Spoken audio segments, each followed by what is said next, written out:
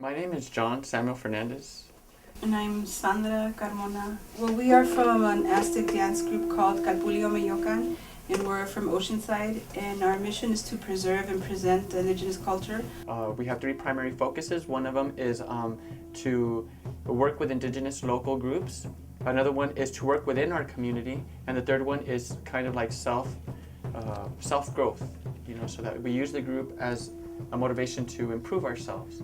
One thing that I find that the community, the Latino community lacks, and it's not their own fault, but the thing is that in our schools, we're not taught about our culture, our history. So as a group, we like to incorporate that we are an Aztec dance group, but this is just a vehicle to motivate them to look into their history, to find out who they are as a people.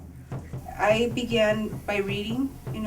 There's certain books that were written back when the Mexica were still, thriving, written by actual Mexica and then translated. There's also the codices that do exist. You can see some of the things that they did, some of the ceremonies. Then we met this woman who was very pivotal that connected us to a group down in Tijuana, and which is Calpoli Chicawak Olim. And so they would bring, a lady from that group would come every weekend or every other weekend and would teach us dances, and we would videotape. Omeli. And so we would videotape her, and so we have these videotapes. We try to pass them around amongst our dance members so that they learn new dances. And then we get people who will all of a sudden show up from LA or from San Jose or something, and then they'll teach us a dance, and we're like, document that, We also teach them how to do all their regalia from scratch, and we try to preserve or use the materials that were used back in the time of this culture. And then we also teach them how to make instruments, how to sing songs, and of course how to dance.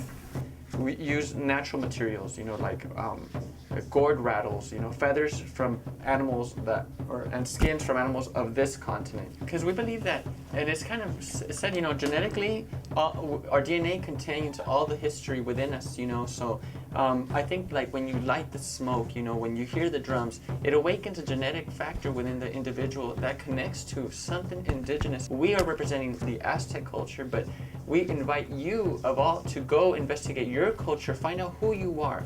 It's our belief that when you make your roots strong, then you can flourish as a tree and then give good fruit, so you can plant seeds.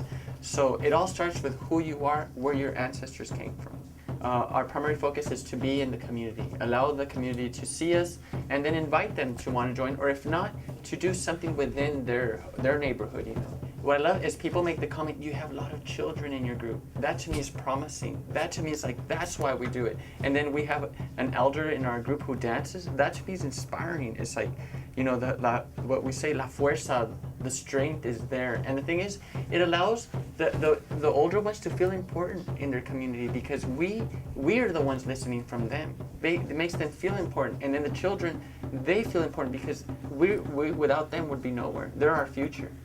So we kind of cater to the children, allow them to get away with more stuff, because guess what? They're going to take our place.